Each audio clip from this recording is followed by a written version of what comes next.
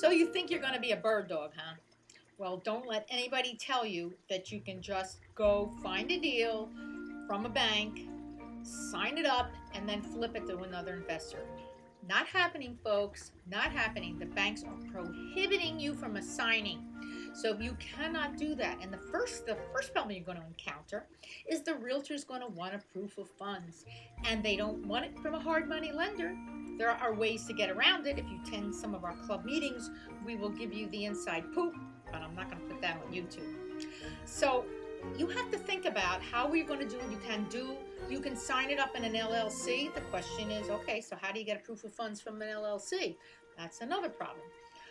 And then you can usually, using an LLC, you can assign it and have new members who can sign and sign it over to them. That's a way to do it. If you can get around the proof of funds, that is a problem.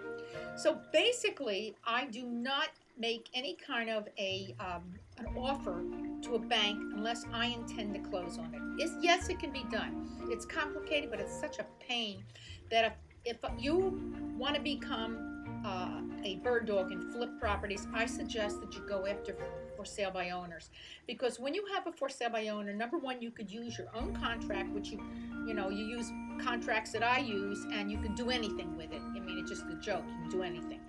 And that way you have total control. It's your own escrow, your own title. Everything is under your control. And that you could flip. By the way, I don't know if you realize this, but in a California Association of Realtors contract, there is no prohibition of assignability.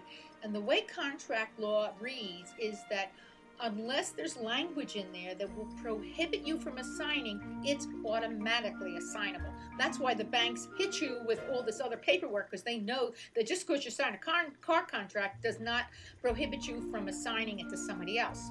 So they're going to absolutely give you all kinds of addendum that's going to prohibit this.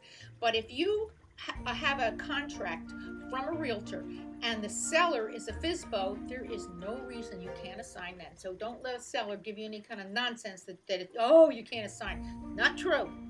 So remember that when you start to look at contracts, and pay attention.